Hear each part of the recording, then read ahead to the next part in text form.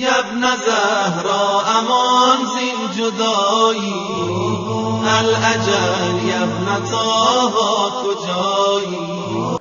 أعوذ بالله من الشيطان الرجيم.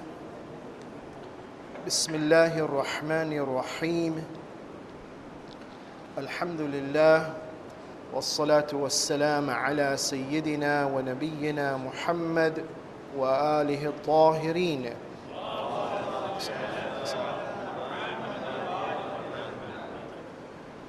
Respected elders, brothers and sisters, Assalamu alaikum wa rahmatullah.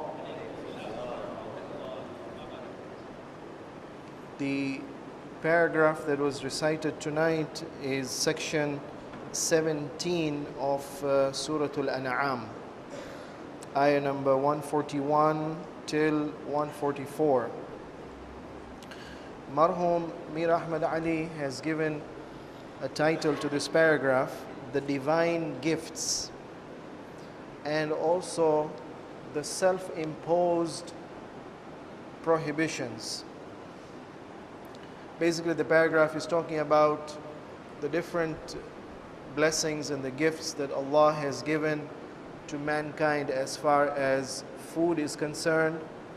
And unfortunately, the mushrikeen in their Jahiliyyah period had certain dietary restrictions of what food they thought were haram, and which Allah then challenges, that the permissibility or the prohibition depends on the Creator, if He provides, if He legislates. Ayah 6141. وَهُوَ الَّذِي أَنشَأَ جَنَّاتٍ. And God is the one who creates and who produces gardens. Jannah is a garden. Majnoon is a person who is insane. The root word is the same, Jannah. Jannah, Junoon is to cover. Majnoon, the aql is covered. Jannah is a garden which is covered with greenery, with grass, with trees.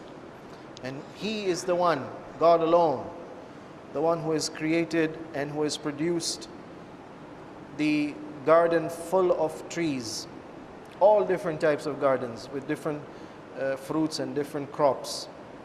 For example, مَعْرُوشَاتٍ وَغَيْرِ مَعْرُوشَات. The trellised ones and the ones without trellises. Vine trees, for them to grow, they need a trellis, they need to be supported on the wall and on the roof. So whether it's this type of vine garden or the one without trellises, all those fruits which don't need this sort of support. وَالنَّخْلَ, and the date palm tree, for example.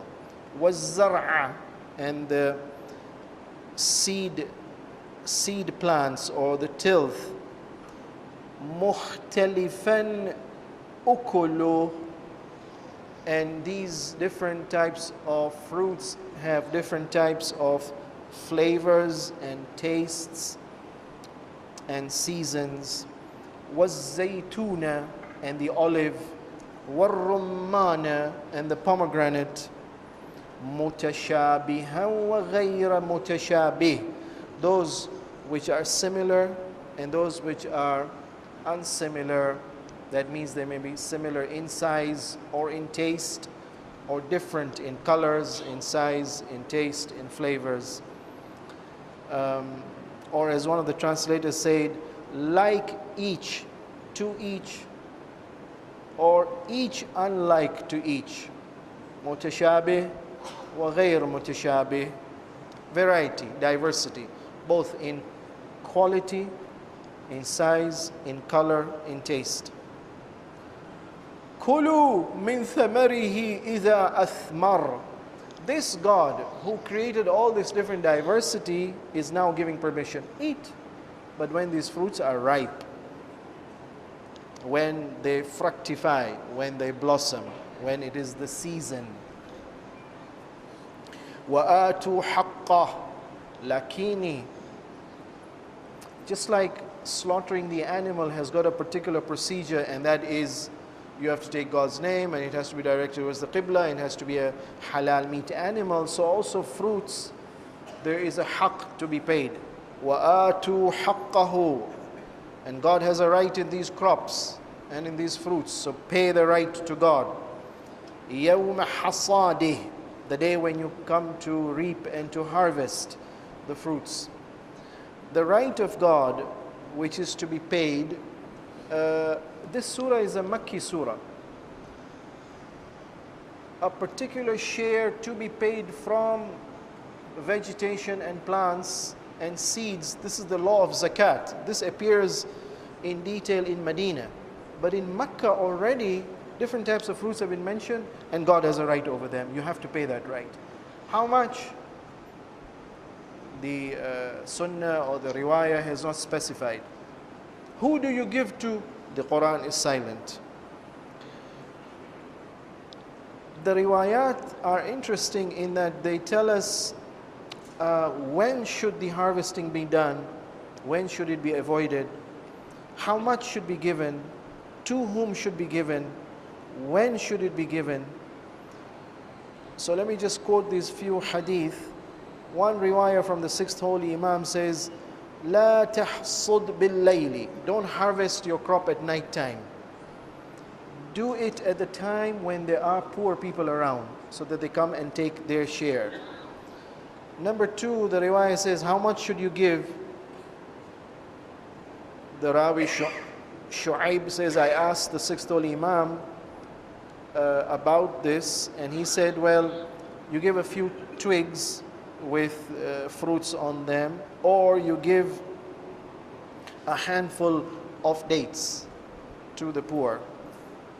And number 3, you have to give it at harvest time and a small handful amount, but before you go back home. It's interesting, the riwayah says, I asked the Imam, هل يستقيم إعطاؤه إذا أدخله بيته? Once I've taken the fruit produce back home, is it still wajib on me to give to the poor? And Imam says, لا هو أسخى لنفسه قبل أن يدخله بيته.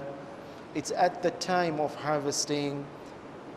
That's when the produce is in excess. You give it immediately at that time. But what if there's no poor? What if there's no poor person? No problem. In lam yahdur al-masakin, Imam says, no, laysa alayhi shay'. Or what if there's a miskin who has come who's not a Muslim, he's a non-Muslim?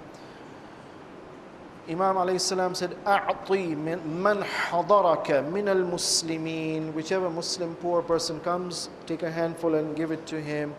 وإن لم يحضرك إلا مشرك فأعطيه. And if nobody comes amongst the Muslims, a mushrik comes but is poor, still give it to him. It's the right of God. Amazing that this is wajib to be paid even to a mushrik according to this riwayah. Lakini, this is not zakat. Imam alayhi salam says, حقه يوم حصاده عليك واجب وليس من الزكاة. So this is prior to the zakat that this type of sharing became wajib. But there's a limit of how much you should give, which the next part of the ayah says. كُلُوا مِنْ ثَمَرِهِ إِذَا أَثْمَرَ. When it is ready and ripe and it fructifies, that's when you should reap and harvest. Pay a share to God. وَلَا تُسْرِفُوا. But don't make israf. Israf here, israf means don't waste or don't be extravagant or don't allow it to spoil. But interestingly, in the riwayah, the israf has been interpreted not to mean to overeat or to waste or to abandon or to spoil. Rather, the israf which is prohibited, don't do israf in this fruit, is don't overpay and over donate to the miskin. The haqq which is wajib is one handful. One handful. The riwayah says don't take 2 handfuls and give it away. Interesting. One riwayah says a person was so eager and enthusiastic, he would pick up everything and give away and leave nothing behind for his family. كان فلان بن فلان, the riwayah says, he had a farm. كان إذا جده تصدق به, he would give away sadaqah. بقي هو وعياله بغير شيء, and there was very little remaining for him and his family. فجعل الله ذلك سرفا. This is israf.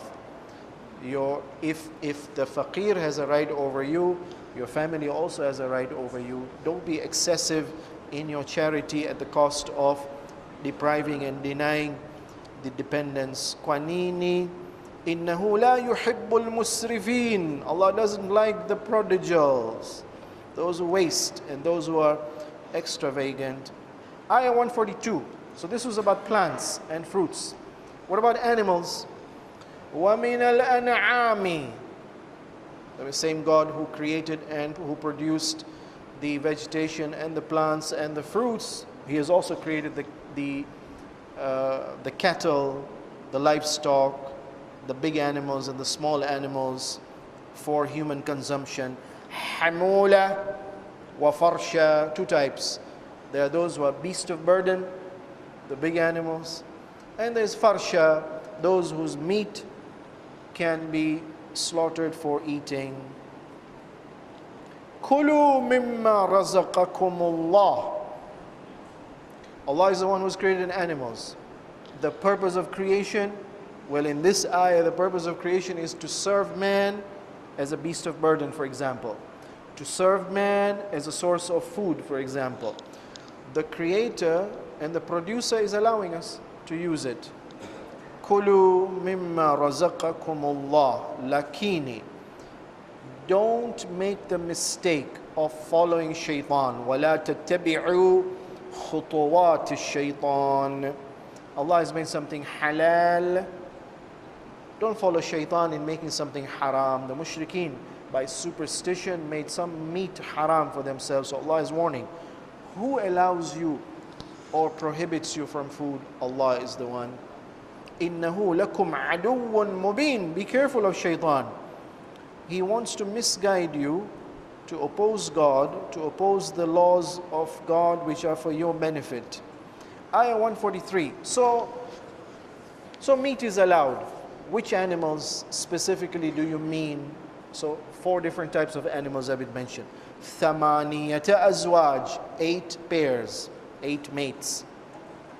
مِنَ الضَّأْنِ إِثْنَيْنِ. From the sheep, 2, the male and the female, that is. وَمِنَ الْمَعْزِ إِثْنَيْنِ. And from the goat also 2 types, male and female. Or the domestic and the wild, the mountainous animals. قُلْ. This is the producer, this is the maker, this is the creator of the animals telling us this is halal amongst the animals. قُلْ. Now ask them, الذَّكَرَيْنِ حَرَّمْ أَمِ الْأُنْثَيَيْنِ. So ask them now, who has He made haram? The male animals haram to eat, or the female animals are haram to eat? أَمَّا اشْتَمَلَتْ عَلَيْهِ أَرْحَامُ الْأُنْثَيَيْنِ. Or the animals, the female animals who have the fetus in their wombs, those are haram for you. What is haram? نَبِّئُونِ. Tell me. بِعِلْمٍ. Lakini, give me the evidence. You're telling me this is haram. Allah the Creator says it's halal. You're telling me it's haram. Give me the evidence. In kuntum sadiqeen. Whatever fatwa is given, this is haram. Where is the proof? Allah challenges. Nabbi'uni. Give me the detailed proof why you consider this to be haram. Otherwise it's halal by God's creation. وَمِنَ الْإِبِلِ. The next ayah, 144. وَمِنَ الْإِبِلِ. And the camels. إِثْنَيْنِ. Both of them are halal, the male and the female. وَمِنَ الْبَقَرِ. And from the cows also, both إِثْنَيْنِ. Both of them are halal, the male and the female. قُلْ الذَّكَرَيْنِ حَرَّمْ أَمِ الْأُنْثَيَيْنِ. So which of the 2 is haram now? The male cow, male camel is haram, or the female cow and the female camel is haram. أَمَّا اشْتَمَلَتْ عَلَيْهِ أَرْحَامُ الْأُنْثَيَيْنِ, or what you believe to be the fetus in the womb of the female cow or camel, that is haram. Where's the evidence? أَمْ كُنْتُمْ شُهَدَاء, were you shahid, were you present, إِذْ وَصَّاكُمُ اللَّهُ بِهَذَا, when Allah legislated the law, were you present and you heard it and you saw it, and therefore you are bearing testimony that the legislator says so? Where's the evidence? فَمَنْ أَظْلَمُ مِمَّنْ افْتَرَى عَلَى اللَّهِ كَذِبًا, whoever forges a lie, whoever concocts or fabricates a lie and then attributes it to God, this is dhulm, this is wrongdoing. To say that God says so when there's no evidence, this is a lie. But because it's a lie which is being attributed to God, and therefore this person assumes that he has the right to legislate and to announce for mankind, I think this is the benefit and therefore this is halal. I think there is harm and risk in this and therefore this is haram. In the Western world there was the vegan diet, whereby they restrict animal dietary products. No milk, no eggs, no animal meat. This vegan movement is somewhat similar to this Jahiliyyah superstition which was prevalent in the time of the Quranic revelation. Whosoever does this, therefore he thinks is equal to or better than God and understands better than God what is halal, what is haram, what is beneficial, what is harmful. This is dhulm, because what is necessary for mankind, what is useful for mankind, you're making haram. Vegetarian diet, yes, it has advantages.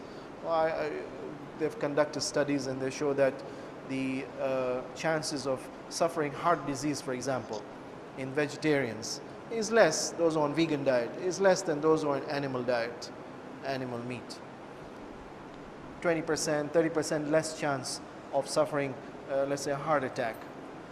Be it so, but then the vegetarians are also suffering from some deficiencies, some elements which are only available from an animal source. No plant source, for example, has that particular food ingredient. The human diet has to be able to supply everything necessary for its growth and development. Sometimes there are minute amounts of minerals or chemicals or vitamins which are required. Some vitamins are naturally available only in animals, not in plants. So a person who is strictly vegetarian would be depriving himself of that animal source. Unless you say, I will supplement. You will supplement from what source? If that animal-based vitamin, for example. Who does more dhulm on people than the one who legislates what's good and what's bad for people against God's law? لِيُضِلَّ النَّاسَ بِغَيْرِ عِلْمٍ. And the end result is you're misguiding people because your knowledge is restricted. إِنَّ اللَّهَ لَا يَهْدِي الْقَوْمَ الظَّالِمِينَ. Surely Allah does not guide those who do wrong, those who, in this context, those who assume powers of legislating for people and telling people what's right and what's wrong and what's good and bad or beneficial and risk. In the riwayah, one of the narrators, Ayyub bin Nuh bin Darrad, says, I asked the Imam about cow. I said, I'm in Iraq. Some people of Iraq believe that this cow meat is haram. So Imam alayhi salam says, well, haven't you heard what Allah says in the Quran? وَمِنَ الْإِبِلِ إِثْنَيْنِ وَمِنَ الْبَقَرِ إِثْنَيْنِ. That Allah has made halal from the cow and from the camel, both the male and the female, halal.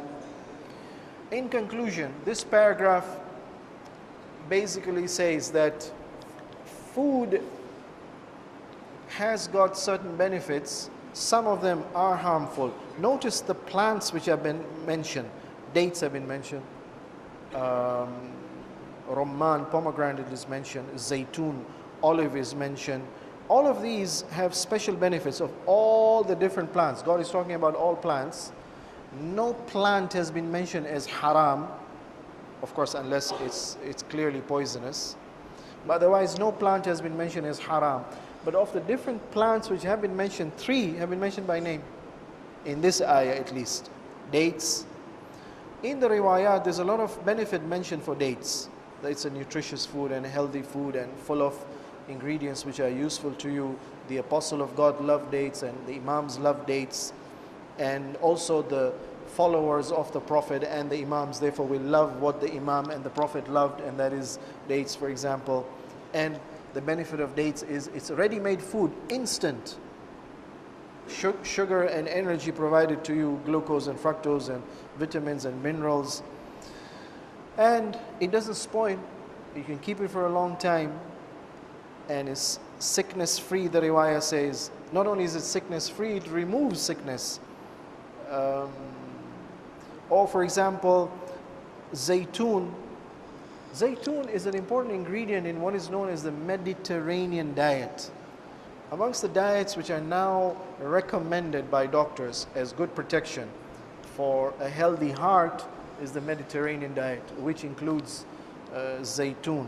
So for example, zaytun is mentioned in different surahs in the Quran, in Surah An'am, in Surah Nahl, in Surah Nur, شجرة مباركة زيتونة لا شرقية ولا غربية. And the riwayat also emphasize the benefit and the advantages of zaytun. فيه شفاء من 70 داء. There's protection from and cure from 70 types of illnesses in zaytun. Or pomegranate, for example. Pomegranates have been mentioned in different riwayat.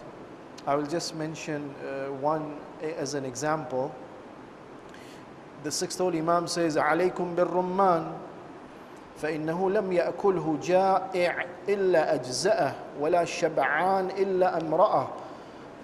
No hungry will eat pomegranates, but that it will satiate him, and no person who is full will eat it, but that it will gratify him. And al-fakihatu 120 sayyiduha ar-rumman. Pomegranate is the sayyid and the chief of all the fruits. And of course, there are medical benefits of pomegranate. Conclusion. There was one mujtahid. He said that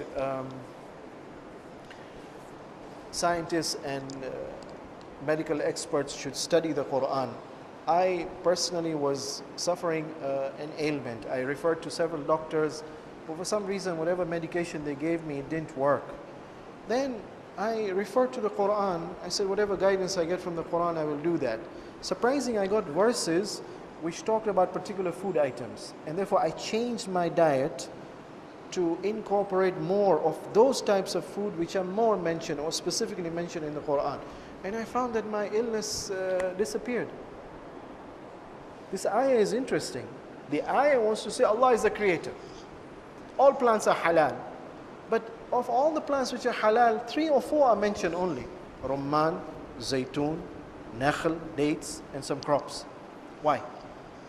Maybe you could say, oh well, geographically at that time, these are the ones available to them. Papaya and banana and ananasi, these fanesi, these were geographically located elsewhere. Yes, that could be one explanation. But another explanation is no, of all the food items, these ones had specific benefits for mankind. Let's pray to Allah for tawfiq to be able to read the Quran. Even a single word in the Quran, if it's chosen, has a meaning. We need to find out how it can affect our lives. Wassalamu alaikum wa rahmatullah.